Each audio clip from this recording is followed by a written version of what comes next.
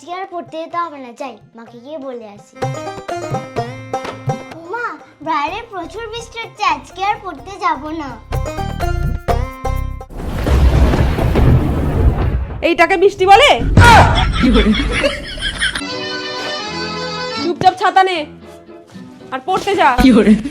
আমি ঝড়ের কাছে রেখে গেলাম আমার।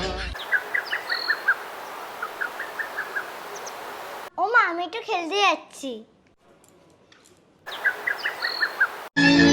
আকাশে পুরো মেঘ করে এসেছে আর তুই এখন খেলতে যাবি? যা চুপচাপ গিয়ে ঘুমাতে যা। আমি কাঁদলাম, বহু হাসলাম, যা। জীবন জোয়ারে ভাসলাম, আমি বন্যার